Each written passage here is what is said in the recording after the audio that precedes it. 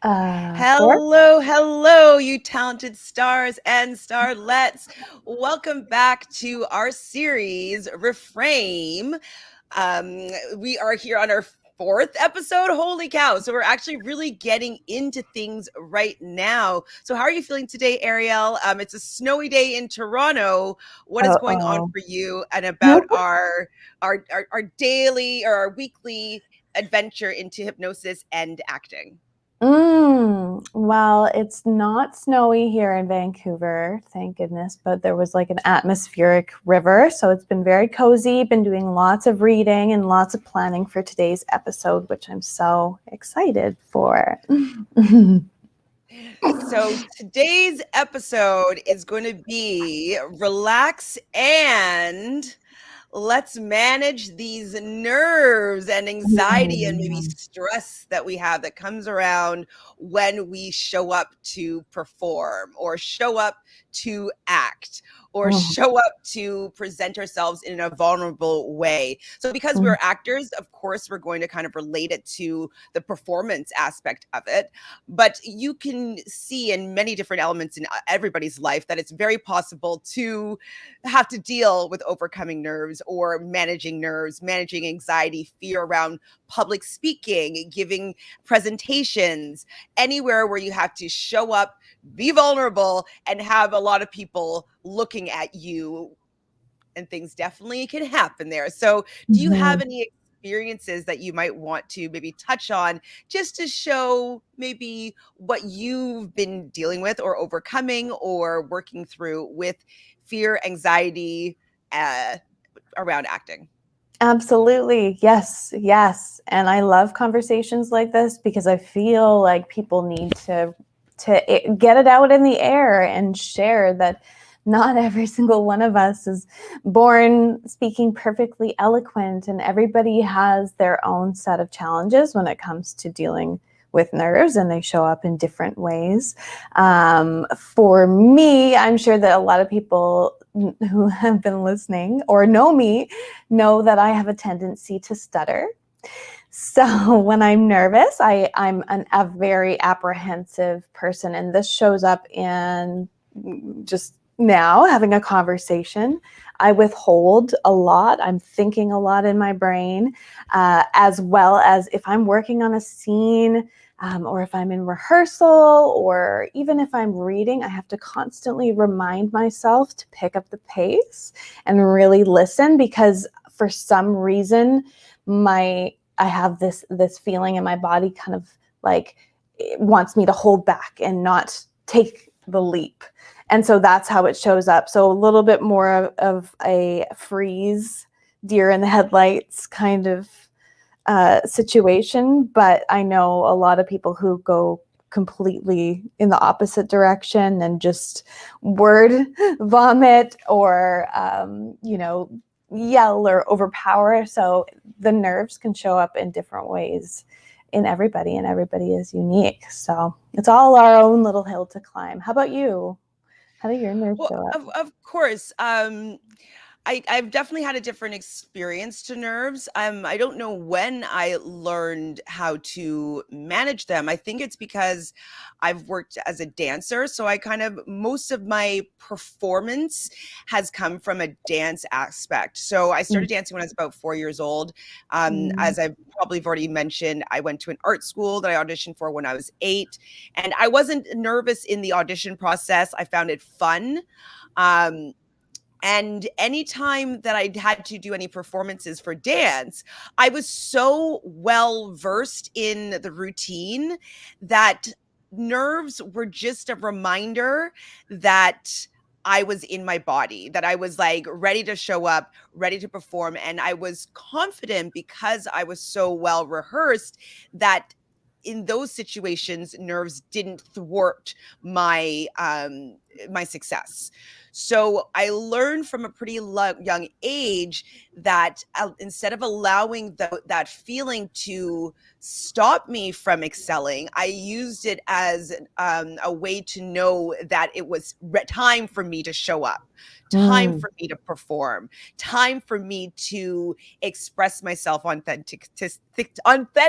I can't talk today. And so that's kind of what I learned about nerves in general. But when I came to acting, it's been challenging to adopt the same philosophy around it, just because with, say, auditions and whatnot, we do not have the same amount of prep time that you would if you were doing a recital or a competition. Like, you would be working for months and months on end getting it to a place where you don't have to think about it anymore.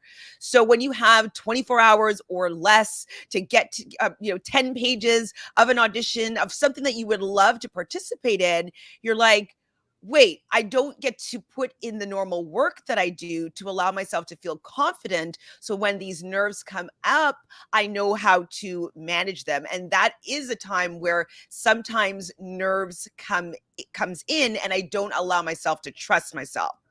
So I definitely understand that nerves show up as an opportunity for me to recognize that I'm really present. I'm really in the now. I'm really able to focus and actually use that energy to give a great performance. I've seen so many interviews with many different actors and other artists who say if the nerves don't come up, that's when they actually get nervous, because they know when that feeling comes up that means it's time to perform, that they're ready to be fully engaged and allow that energy to be channeled into really focused work. And so that's kind of how I've been learning to use the nerves.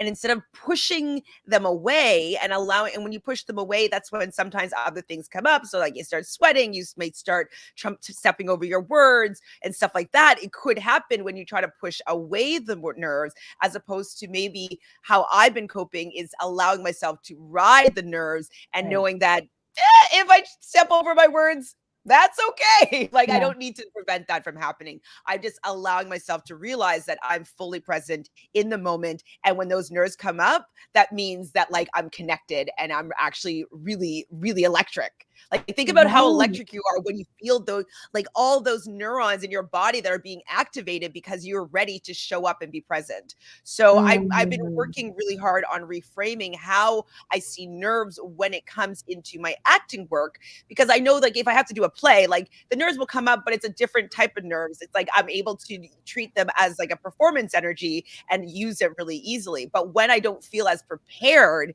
is when I have to really make the decision to choose to ride the nerves as opposed to allowing it to thwart me from doing well or success.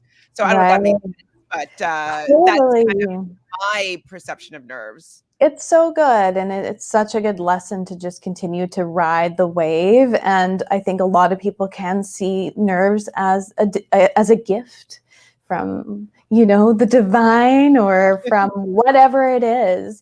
You're right. It is a lot of energy that, if done well, can be harnessed for something amazing. But it's just, I think that with, regular school, because you went to a performing arts school, so maybe that was a part of your education when you were young. I don't know, but I went to a normal academic school, and stuttering was definitely frowned upon. If we were to say, I had a teacher who was very, very militant, and we were French immersion, and so if you would say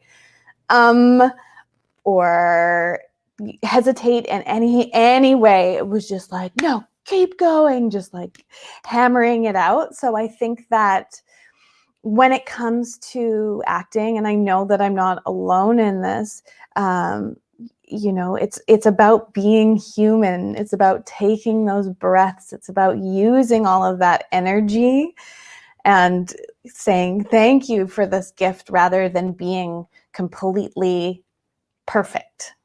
You know what I mean? So yeah, I definitely think that we can maybe clear some maybe misconceptions Mhm. around nerves. We both started with some a little bit with the fact that, you know, a lot of people feel that nerves are bad, right? Like they're like, no, I don't want to have any nerves because they've seen how nerves have been able to push them off their goal potentially, or stumbling over words, or forgetting lines, or deer in headlights. They've seen all the ways where nerves have negatively impacted their success, but I feel as though it's because they push them away instead of allowing them to be Mm. part of their natural state. It's kind of like they're shoving down their authenticity in order to Mm. show up authentically, you know? And so my one of my acting coaches, Andrew McElroy, he always says, like, if you're nervous, allow those nerves to be who you are in that scene. Allow that to permeate through your body, because then you're going to have authentic reactions, like to a real person feeling something in the body right now. And so Yeah. if you push that away, are you still a real human being? Are you No. still acting authentically in each and every moment? No, it's not possible, because you're actually denying or negating something that is intrinsically you in that particular moment, because you don't think that it serves any purpose in the scene. So I think that clearing that away, clearing away the notion that nerves are not okay, nerves are not allowed to be present in any sort of moment when you are performing, is a misconception that I think that just needs to just be cleared away from the lens, because I Mm. guarantee that I'd say 100%, but I'll just say 99% of all actors and performers have some sort of nerves that come up before they have to perform. And it's how they use it is what separates, I would say, the people that are winning the Oscars to people that are, you know, day players or whatnot. I think it's the fact that they are able to channel this nervous energy into amazing performances. I agree. And also our teacher, Grace Smith, she talks a lot about her journey with public speaking. And I know she's helped a lot of people in the corporate world around public speaking. And she talks a lot about where that urge to kind of hide or the fear of getting things wrong. She talks about where that comes from, and part of it is, I think, just biology in terms of we don't want to get kicked out of our tribe, we don't want to say the wrong thing, and also it's good to recognize that in some places in the world people still aren't able to be authentic and speak their truth. So it really is a real thing, but luckily we can harness it here where we are, and speak up for others who definitely can't speak. But what she said, what was I going to say about you know about public speaking? It's a totally normal thing to have those fears, or walk into a room with people you don't necessarily know all that well. All of it, and having nerves and putting yourself out there in that vulnerable way is okay. So not judging yourself as well for having those nerves is a big piece. So I want to delve a little bit deeper into nerves, stress, anxiety, and just like talk about it a little bit, because everybody has experienced these things, for sure, whether even if they're not performers, as I mentioned before. But sometimes what happens is there is actually maybe a traumatic event or something that happened in your childhood from the ages of 0, usually through 7. Obviously, maybe at other ages, there could be some sort of event that happens that may trigger a response to kickstart the nerves or kickstart the stress or the fear that comes up. And so I do want to just maybe recognize that sometimes a negative association with these nerves or with a stressful situation may also be interfering with allowing yourself to ride that wave, ride the nerves, because there's a negative association with it. So I wonder if you can maybe speak to anything of that at all. Yes. Well, when you were talking, it just what was coming up for me was just the notion or the idea of trusting myself. And I don't personally know exactly where that comes from, because yes, just as you're saying, you know, a lot of our ideas, a lot of our beliefs, a lot of our habits, and is all stored in that subconscious. So we don't know exactly where it comes from. But for some reason, what comes up for me often is just that when we were talking about planning this episode, it was like knowing that I was imagining, like knowing that I have backup in a way, that I'm not all alone, that there's someone behind me that's going to catch me if I fall, you know, that faith, that trust, whatever it means. But just feeling so vulnerable when I'm putting myself out there and feeling like if I do fall, who's going to be there to help? Absolutely. I mean, I think a lot of people have that worry, and it's usually would stem from something that happened in the past that Mhm. allow them to believe that there may not be someone to catch them when they fall, or that the fear that someone will not be there to catch them when they fall. So it's totally something that I'm sure a lot of people can recognize, but maybe not recognize that there might have been a traumatic event that might Mhm. have stimulated this response to, we'll say, public speaking, or showing up and being vulnerable in public, or, you know, acting, or, you know, you get it when you say action and all of a sudden you forget everything. You know, Yeah. like it could actually be a response to a traumatic event that happened 30 years ago, 20 years ago. So Yeah. it's definitely really, I think it's very important for us to be looking at this, because a lot of people feel, I believe, that, well, I'm an actor. Like, I'm not supposed to get nerves. I'm not supposed to, like, forget my lines. I'm not supposed to, like, get sweaty palms. Like, and they feel as though they're Mhm. not a good actor or a good Mhm. performer because all these things come up, when really that this is all just a biological response to a trauma that may have happened from the ages of 0 to 7, that their body chose this as a mechanism to be able to help them cope with this Mhm. particular trauma. Mhm. And now it's showing up when they don't need it to show up anymore. Mhm. So I That's think right. it's really important to recognize that that is a possibility, that it could be a traumatic event that stimulated these events and how you're responding to them. And that's what I love about hypnotherapy, because it allows us an opportunity to go back and maybe reframe those automatic responses to a potentially traumatic event, and maybe just shift it so that the response will to be to help you in these Mhm. situations, as opposed to using this past sort of defense mechanism that hasn't been helping you up until now. So, Mhm. any other thoughts about this before we take a Yeah. look at our Well, person on the that's call right. here?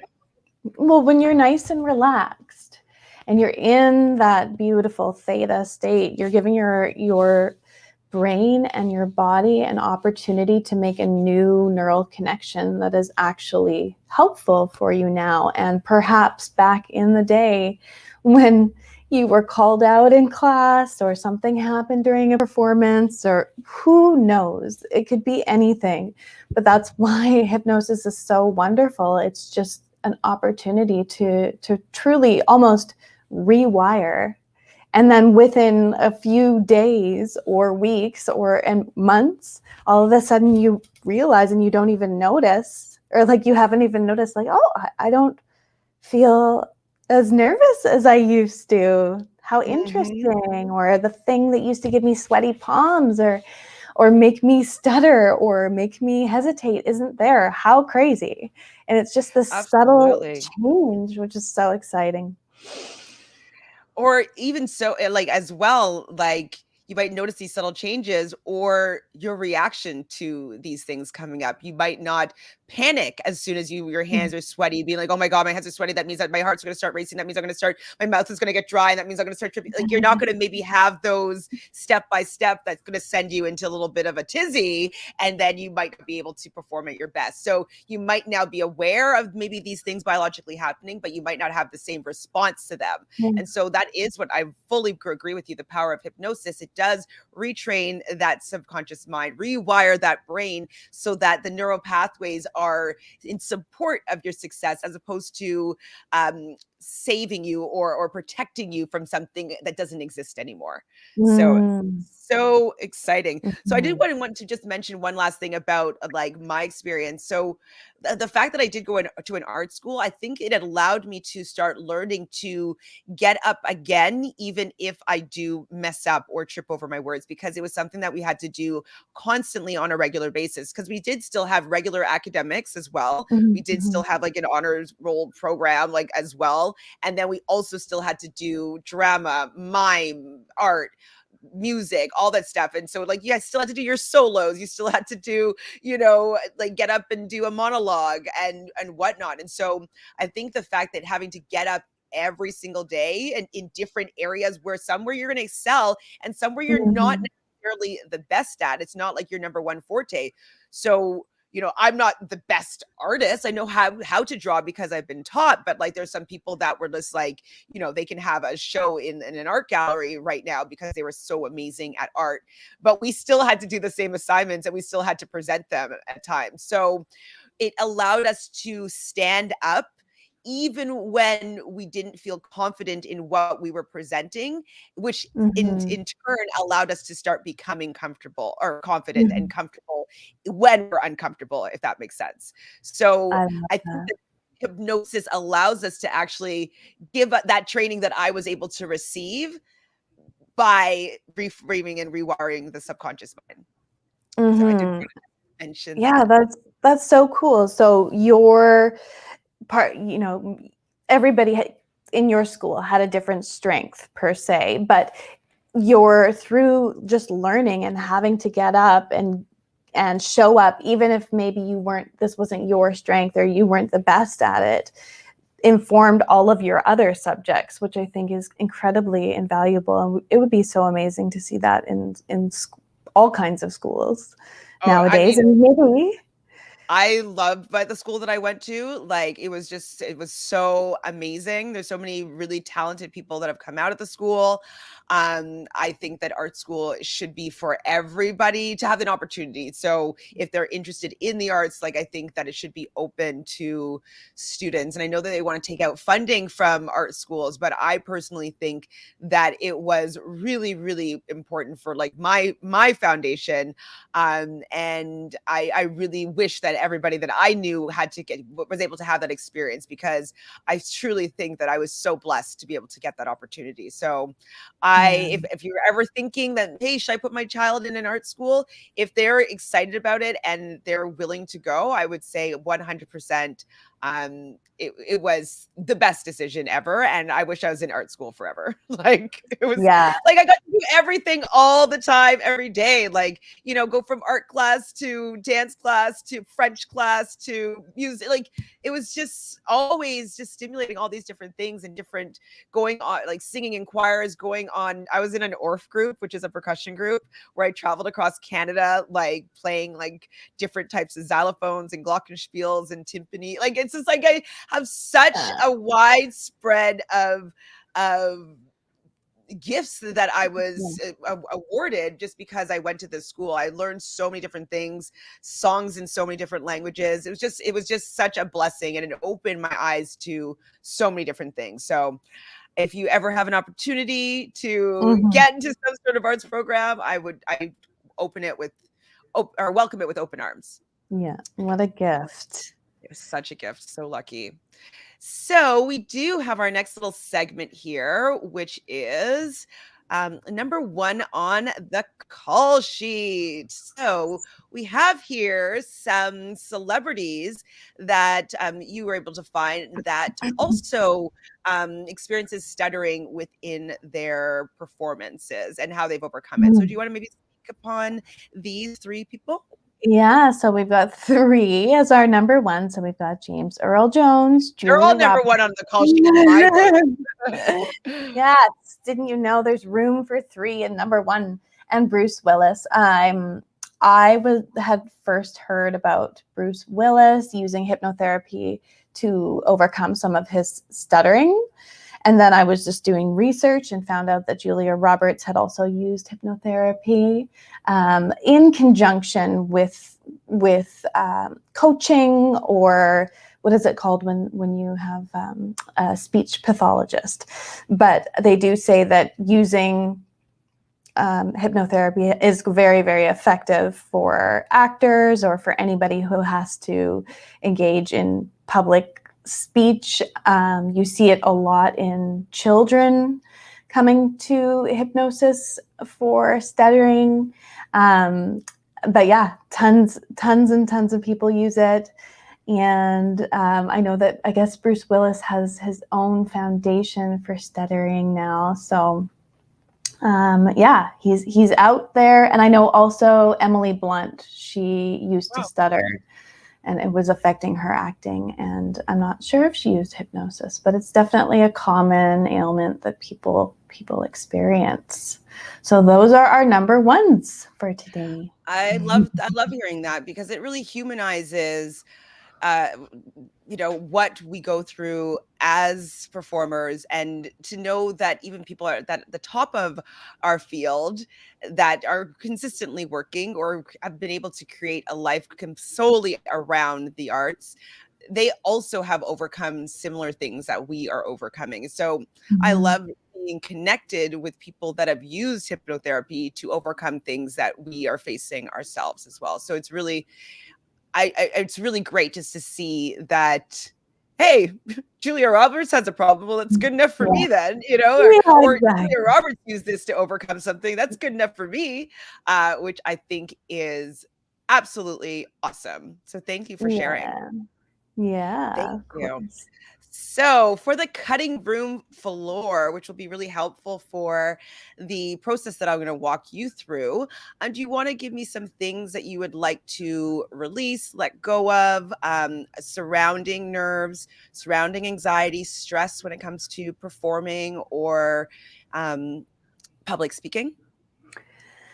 Definitely for myself, and I'm sure that many people can relate here. And I just want to throw it on the cutting room floor for good. We can burn it too, that I'm not good enough, And I think that whatever is making me hesitate, whatever is making me not take the plunge, is the same thing, of some deep thread of just not feeling good enough, which isn't true, because we all have something unique to contribute. And I know we had talked in the past a little bit about feeling like, miscast or something like that, but just getting rid of any of those negative self-talk, or that inner critic that just tells you in any way it can that you're not good enough. And I'm ready to throw that on the floor.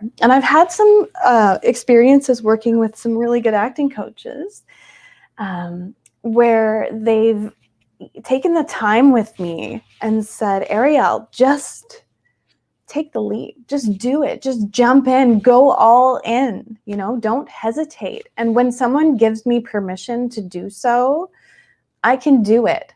But I'm ready for the next thing. I don't want or need a coach. I'm at a professional level now, and it's not just me. I think a lot of us, we don't need permission. We can just go and just trust that instinct. It's like, I just keep thinking of launching off a diving board, or jumping off a cliff into, of course, warm, beautiful water safely. But just being able to take that leap without anyone's permission, unapologetically, and just going. I mean, I think that you're speaking a lot of people's language, including my own. I know that I am very capable of riding the nerves sometimes, but every once in a while, that inner critic still exists. You know, it's quieter. It's definitely quieter, and it comes up, and I recognize it a little bit more often, and I don't allow the inner critic to do the work that it used to do on me in the past. But I will be like, oh my God, I stumbled my word. And I'm like, wait, who cares?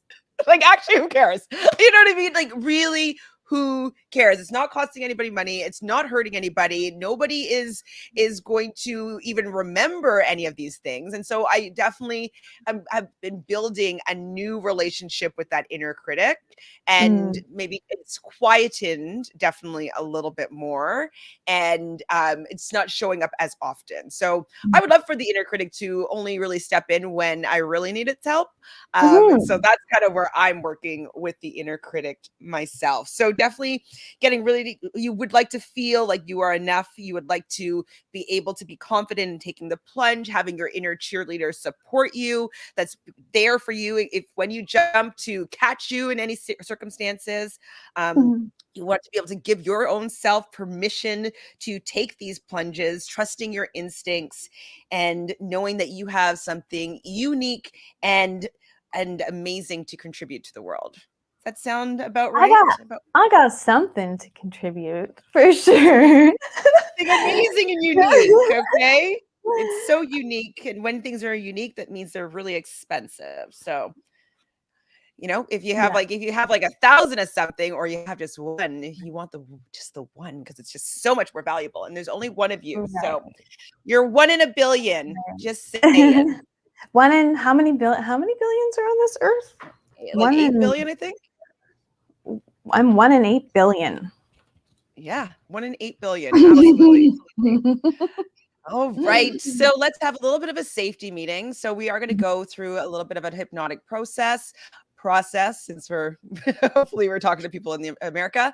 And I just want to make sure that you're not operating any heavy machinery, that you're not driving a car or anything like that, that you're safe.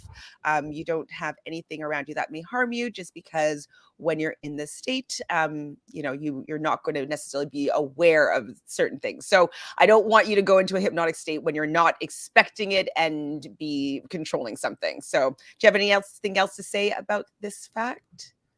Okay. I have nothing to say. What if something were to happen in the outside world? Would I be able to come back? Absolutely. So with hypnosis, you are, you know, you're very relaxed, but you will still be able to hear any alarms if somebody taps you on the shoulder, and you'll be able to come through. You still be able to listen and hear all sounds. You're just at a different level of consciousness, but you are still awake. You will not be asleep unless you actually fall asleep, which I know that you're going to do because you're sitting up. So which make sure that you are safe.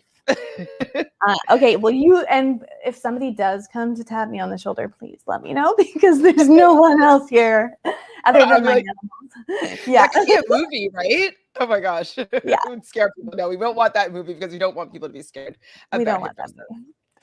All right, our martini shot here is going to be our process that we're going to do today around nerves, trauma, stress, and maybe alleviating that. Okay. Yes. Are you comfortable, Ariel? I am, Chantele. Would you like me to put my microphone on mute?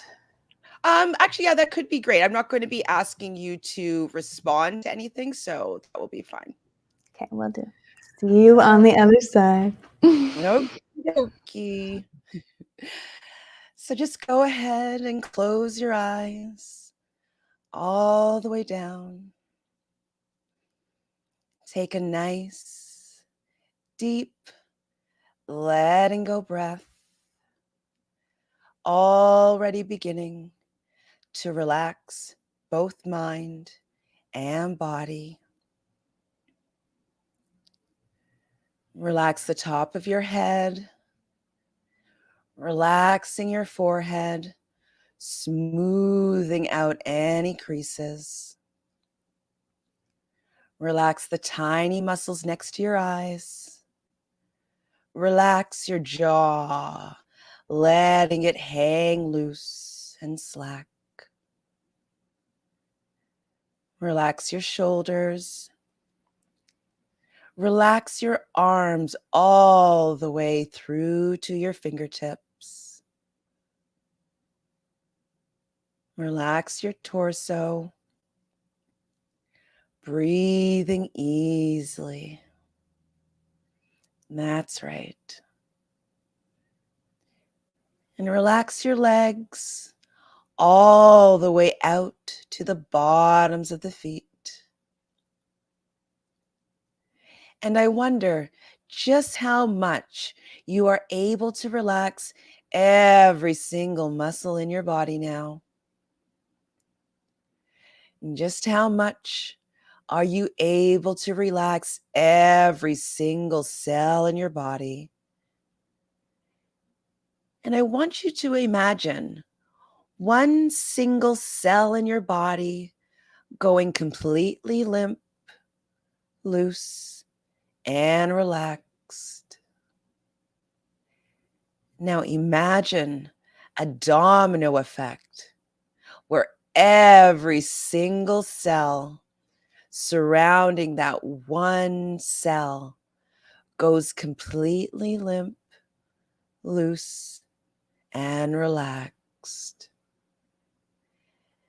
And with that domino effect, every single cell surrounding those cells now become completely limp, loose, and relaxed until every single cell in your entire body and mind are relaxed. Just take your time. You're doing very well. And I wonder just how much better you already feel. And you realize now that your eyes are wonderfully, deeply relaxed. Your eyes are so wonderfully, deeply relaxed that they just want to stay closed. No matter how hard you try to open them, they just want to stay closed. Yes, give them a good try. And when you're absolutely certain they just won't open, say a color that you love out loud.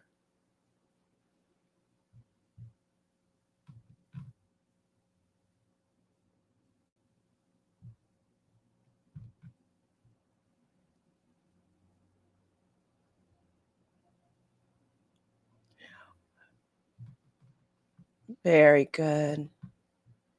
Now imagine that beautiful color flowing in through the top of your head, all the way through your body and out the bottoms of your feet. Saying that color out loud once more. Very, very good. Now notice that color that you love flowing in through the top of your head, all the way through your body, through all those relaxed cells, and out through the bottoms of your feet, where it travels all the way down into the center of the earth, connecting you to all other living beings. You're doing so very well. Now, in a moment, I'm going to begin to count down.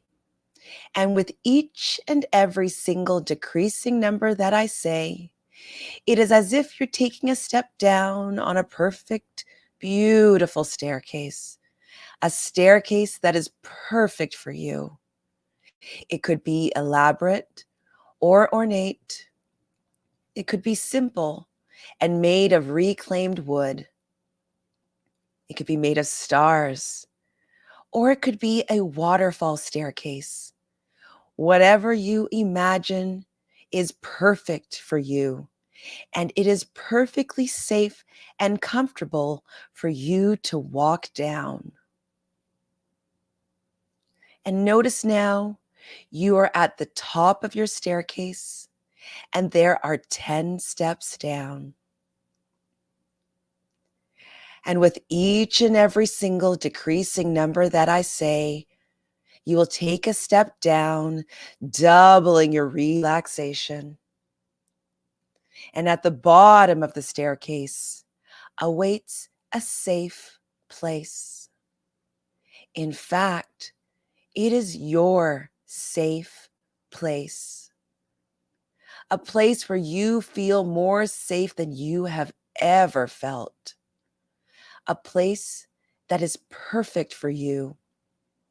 It could be a beach or a garden or a mountaintop or someplace else entirely. It could be in another dimension. It could be a bedroom. Whatever it is a place where you feel more safe than you have ever felt. And it awaits you at the bottom of this staircase. Getting ready to take your first step down now. 10. Taking a step down, doubling your relaxation.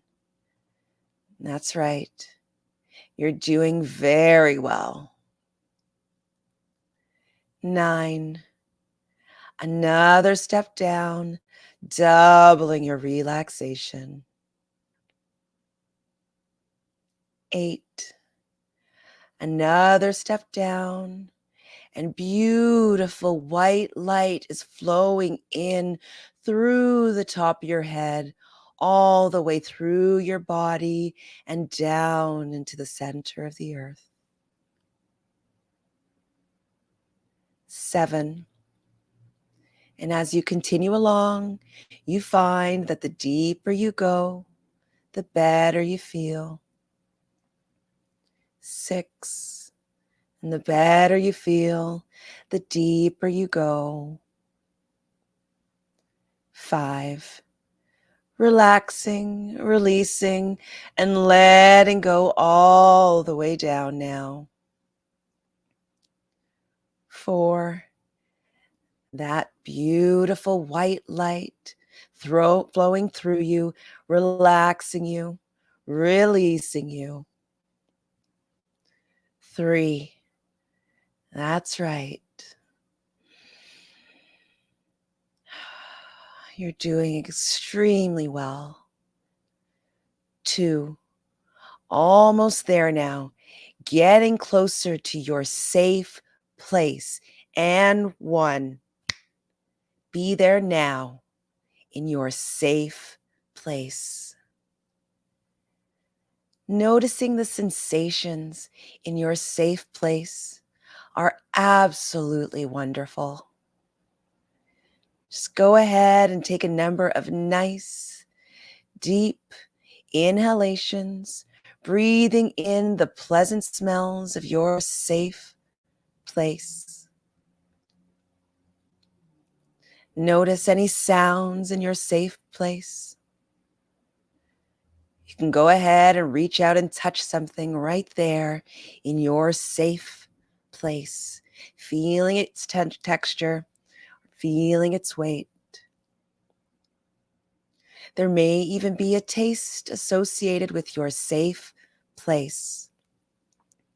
And if so, just go ahead and taste that healthy taste now. Notice the colors of your safe place.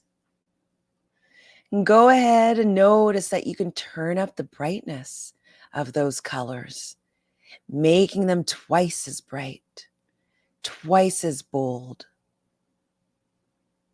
That's exactly right. You're doing so very, very well. And allow yourself to see right there in your safe place a beautiful golden door.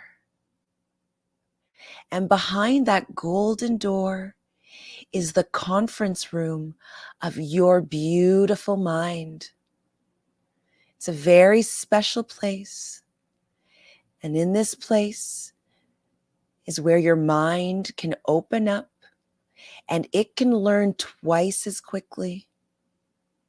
And it only can learn things which serves your highest and greatest good.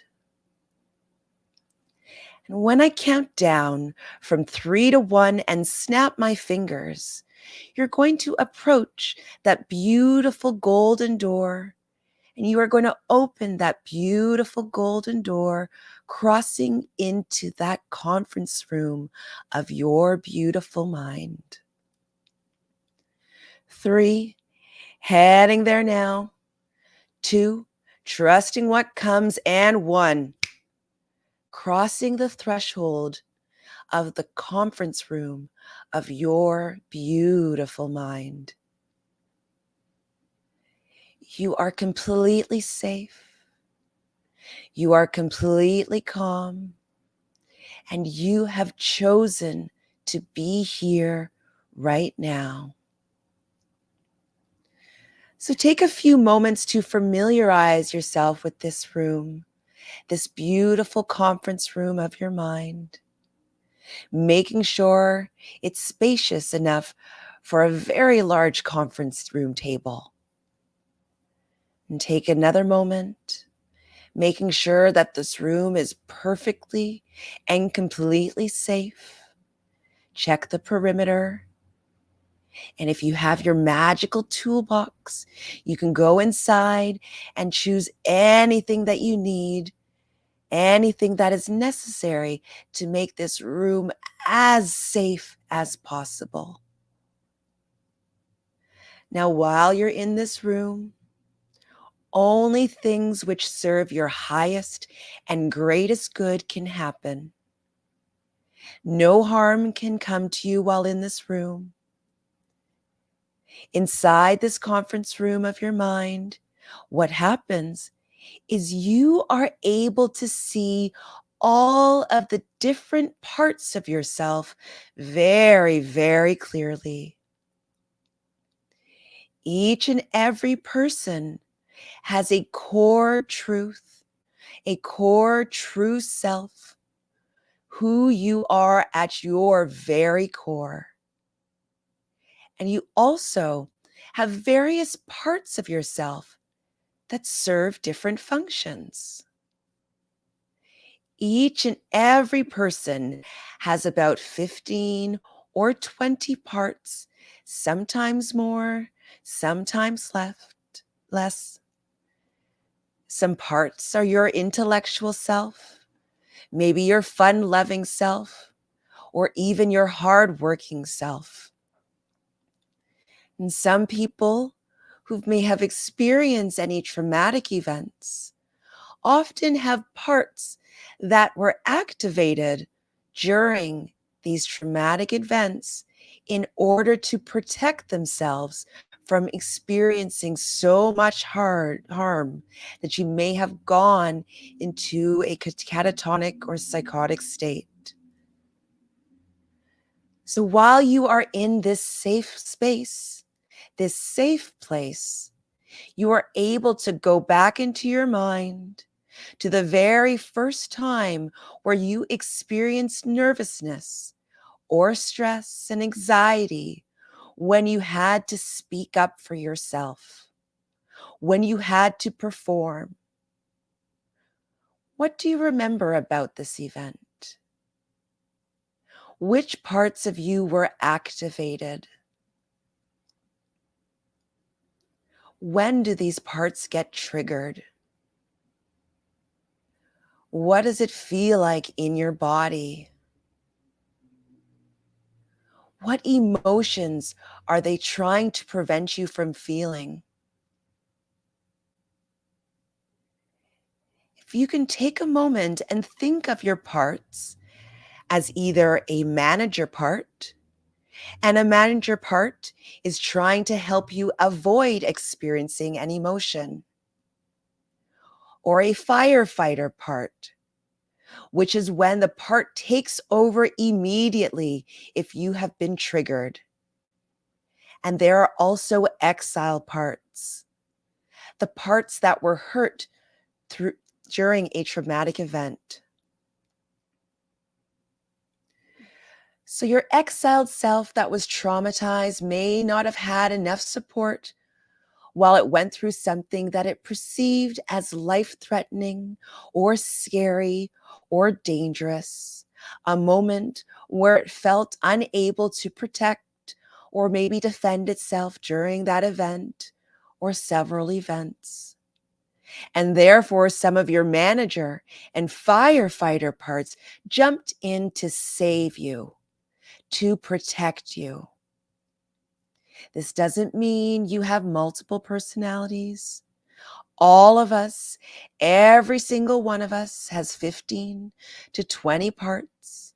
It just means that your brain did exactly what it needed to do, exactly what brains do during traumatic events or scary moments in life to protect a vulnerable part of you. And the best part is that your brain can learn that it is safe now. And you may make the choice now to leave and let go of such severe protection. With the correct amount of support in the present moment, it is possible for your brain to remap itself, to rewire itself, and heal from any trauma or any traumatic events that was experienced in your past. It is also very important to mention that for something to be considered traumatic, it only needs to be perceived by that person that it's happening to as something traumatic. For one person, that literally could mean getting lost in a supermarket. And for another person, it could be surviving a robbery. What is traumatic to one person is not necessarily traumatic to the next person, because trauma happens to a person in an environment. And therefore, it is imperative to consider the person and also the environment. I want you to think of some of your parts now. First, let's start with the manager parts. Really allow yourself to visualize these parts. Remembering that the manager parts are trying to protect your exiled parts at all costs. They could be your irritable self, your hostile self, maybe your hypervigilant self, or your socially isolating self. Manager parts could also be your anxious self or your mistrusting self. Think now of some of your most prominent manager parts related to how you handle nerves and stress. Do you see now how those parts have been trying their best to protect you? It may seem counterintuitive, but see now how important it might be for parts of you to keep you isolated or hypervigilant, protecting you from potentially being exposed further to trauma. Very good. Just take a moment and thank these parts now.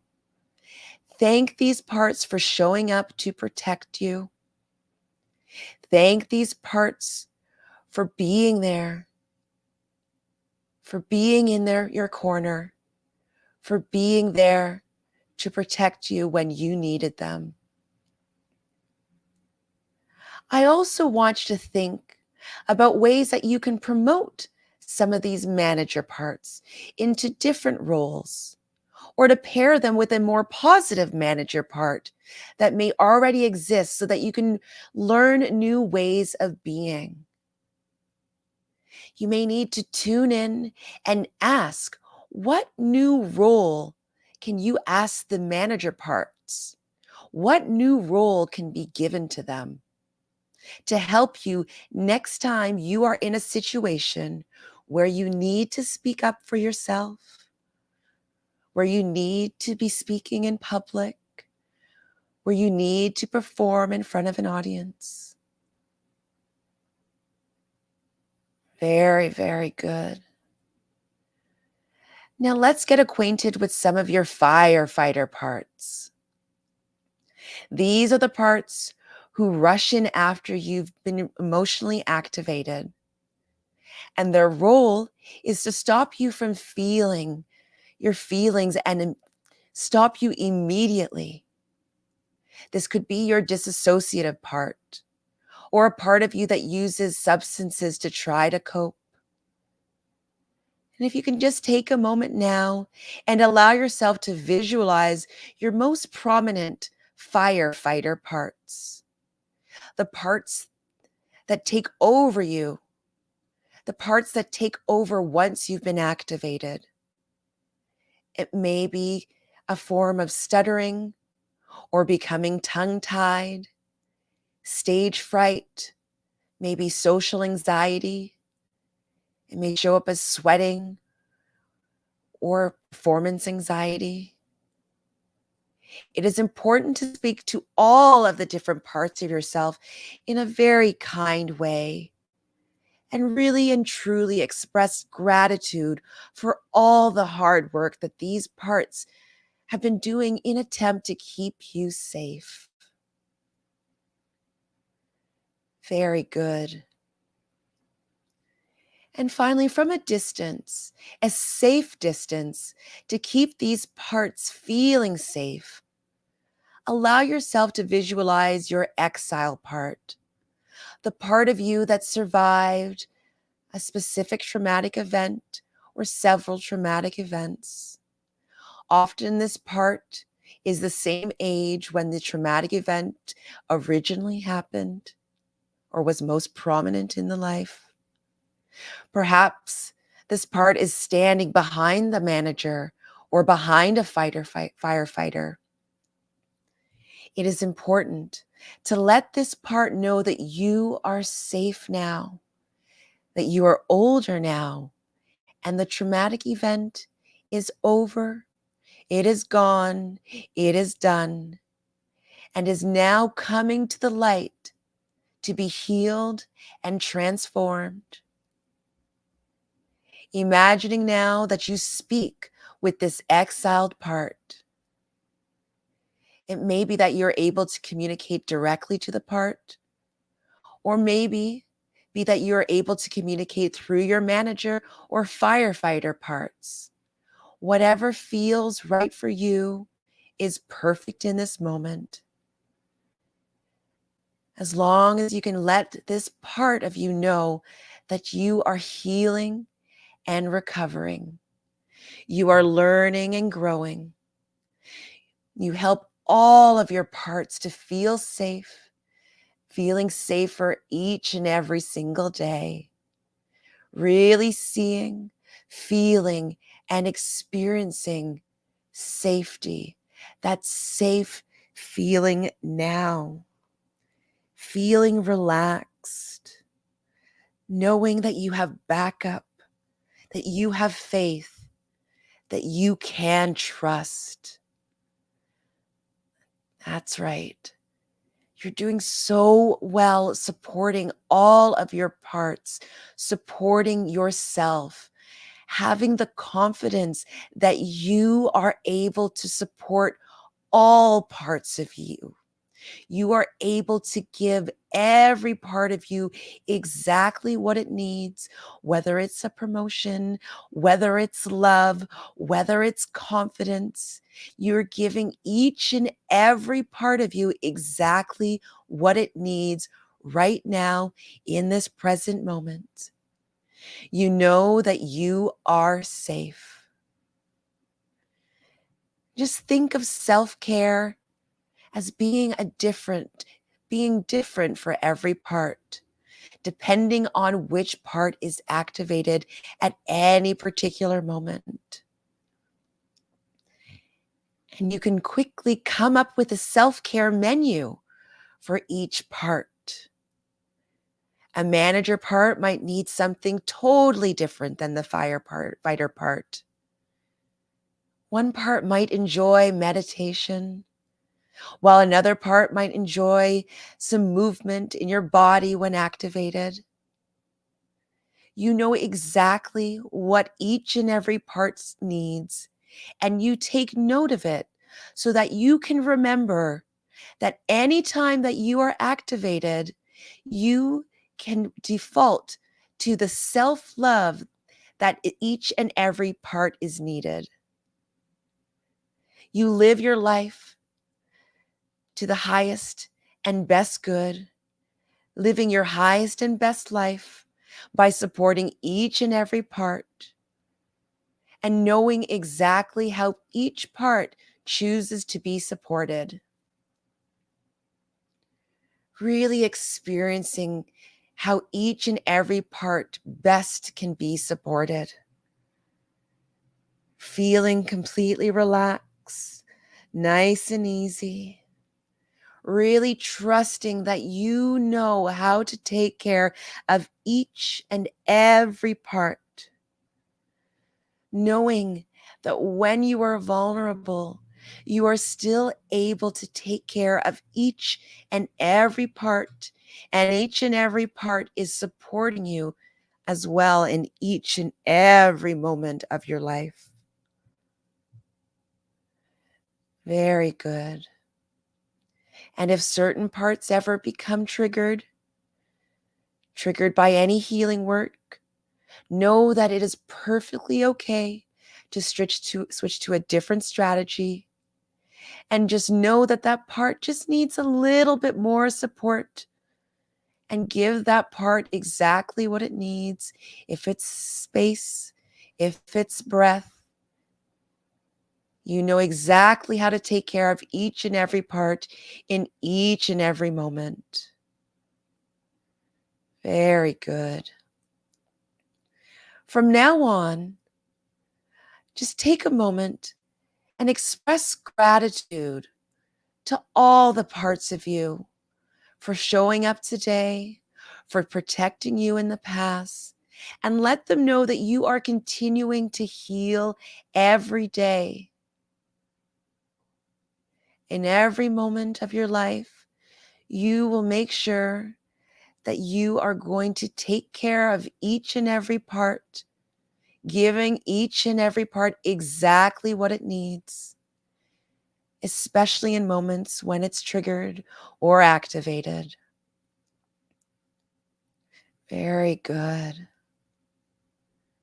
And when you're ready, just go back into your safe place in your mind where you will reinforce some of this deep and powerful work that we've been doing here today.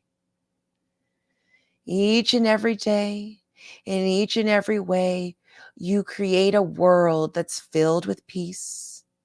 You know that the various parts of yourself, you know exactly what these parts need. You provide your body what it needs to feel good and feel safe. Every day, in every way, you feel safer and safer. You heal yourself.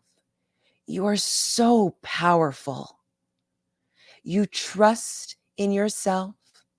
You trust in your intuition. You are safe. You are calm. You choose to be here. You have something amazing, unique to contribute to this world. You are enough. You are ready to take that plunge in every moment. You know that your inner cheerleader is supporting you and ready to jump in.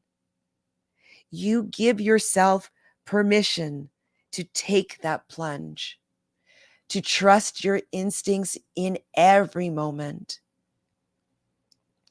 Every day, in every way, you feel safer and safer.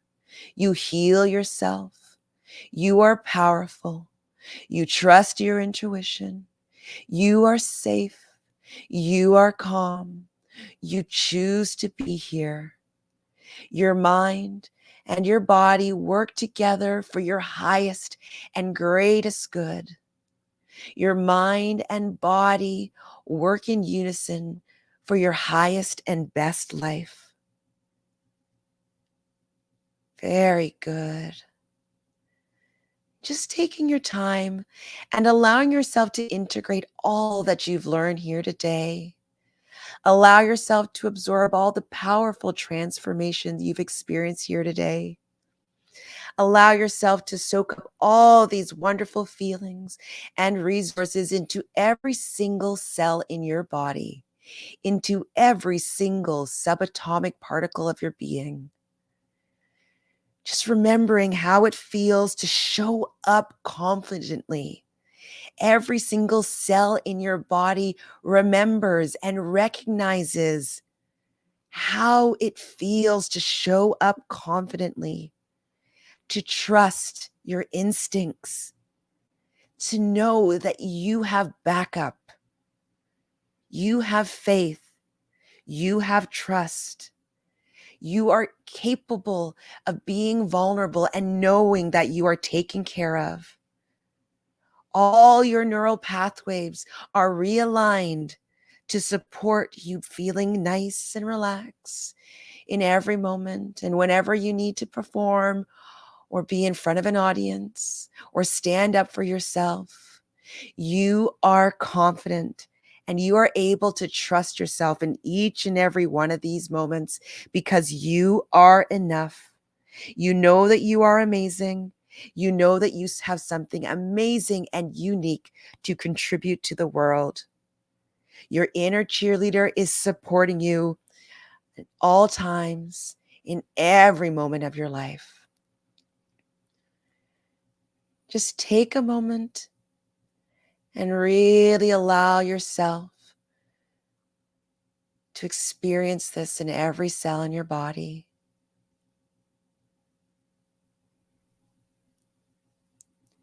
Very good. Allow it to permeate in every single subatomic particle of your being. Taking in a deep breath, pulling in all that white light through the top of your head, all the way through your body and out through the bottoms of your feet.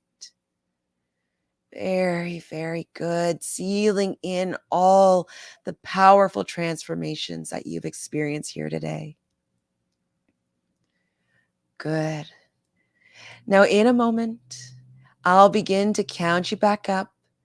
And with each and every single increasing number that I say, you will come back here into this room, to this place, remembering everything which has been for your highest and greatest good, feeling better than you felt in a very long time.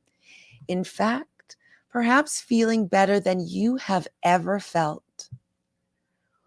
1, starting to come back now. 2, moving your feet and your toes. 3, moving your hands and your fingertips. 4, lots of energy moving to your body now. 5, feeling those energies in your fingertips. 6, all the way up now. 7, feeling great. 8, all that energy returning to your body now. 9 and 10, arms over your head. And the word is yes. Yes. Very good, Ariel. Yes. I kind of felt your vibe and you were very deep there, it felt to me. Very deep. So relaxed. Oh my goodness. That was Is there so beautiful. anything that you'd like to share with us about your experience? Yeah, very interesting when you mentioned the firefighter part and how that one reacts, or the multiple firefighters. Yeah, I think I really just kind of felt like we all have this calibrating system in our that's keeping us safe, right? And so when things heat up too much or you get too nervous or whatever it is, we have those firefighters that come in. And I saw Yeah, definitely the ones who will use food, the ones who will use wine. I saw the ones who will hold me back, and then just kind of having everyone collaborating in a loving way and nurturing the ones who need the support and the love. I really felt that. So that was a very cool coming together in the conference room. I'm so glad that you had a full experience there. That's really amazing. I think that, you sharing right now, like it shows to other people that they probably have had similar things that came up when they went through this hypnosis. So it's great to see, the parallel that people are, going through the same things and have very similar coping mechanisms, depending on what type of trauma that you might have experienced in your life. And one thing that I love about that particular script is that it recognized that there's no more traumatic or less traumatic. Like, yes, there's different varying levels, absolutely, but how the body reacts, there's no real like difference. So I thought that was really interesting, that being lost in a supermarket could have really similar impactful trauma to somebody that's had something even more outwardly damaging, seemingly. So Exactly. I really liked seeing that. Yeah, Showing that. I love that. I love that. And I think that I'm not exactly sure who said it, but a trauma can be a smaller thing. It's that, or a bigger thing.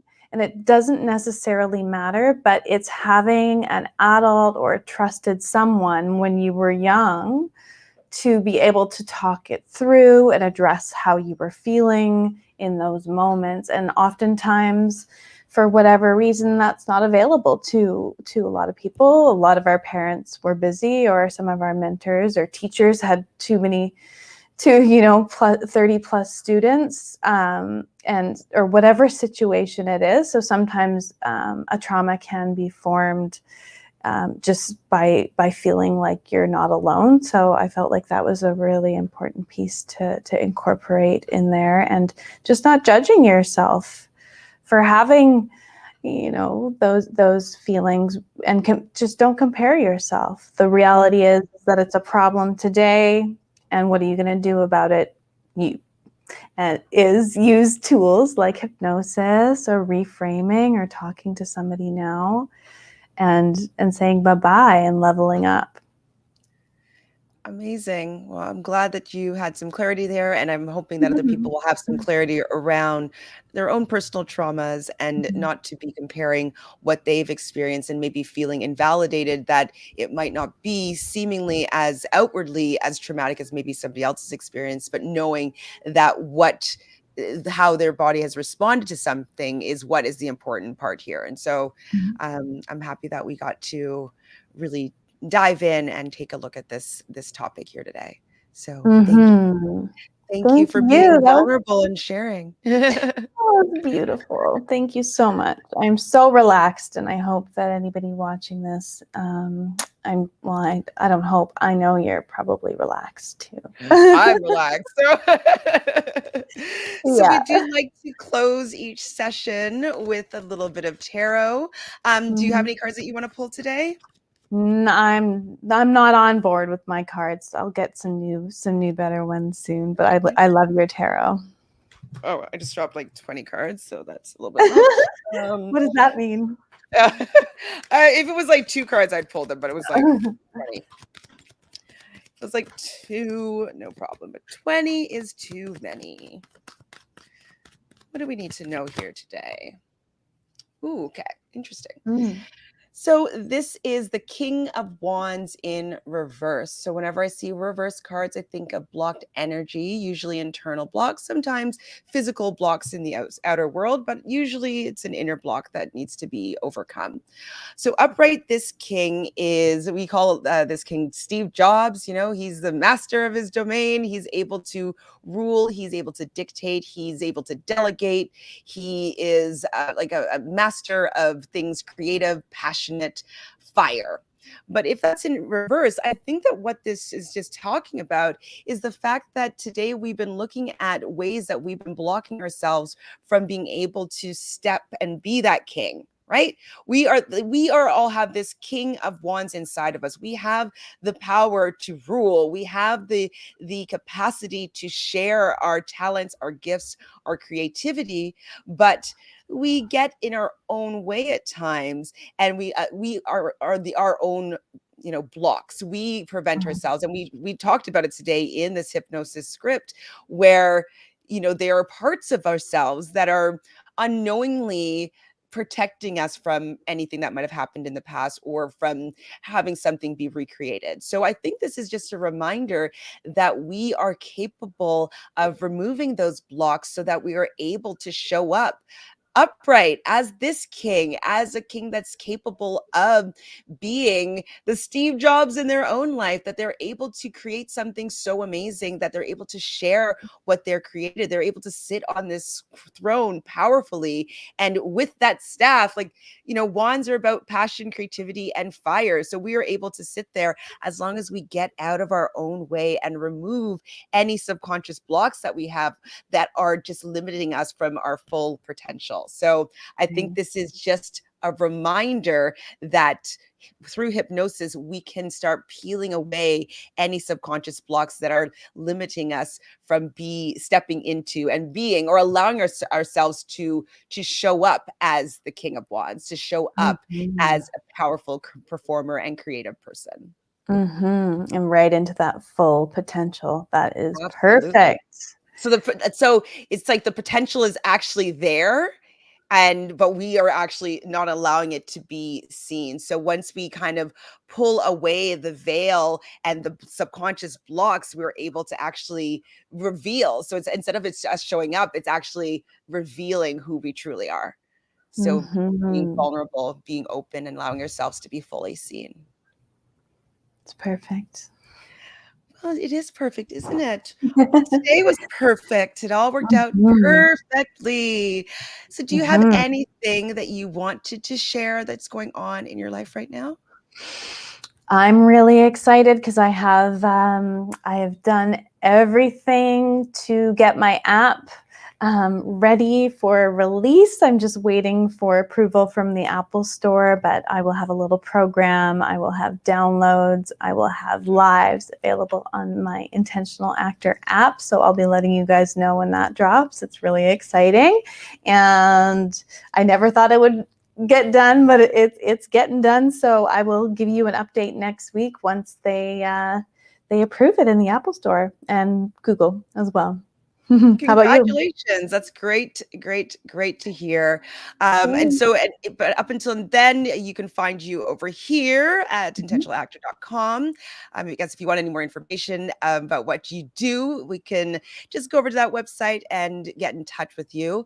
For me, I definitely am going through my 6-week program that you are a part of. So that is coming up on Sunday. It'll be week 3. I can't believe we'll be halfway through, which is amazing.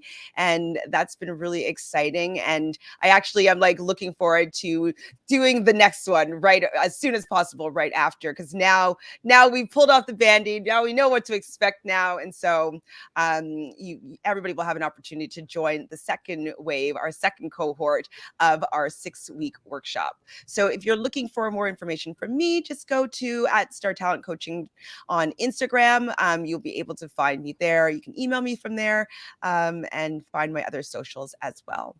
Amazing. So anything else before we say sayonara? No, I think that's a wrap. That's a wrap.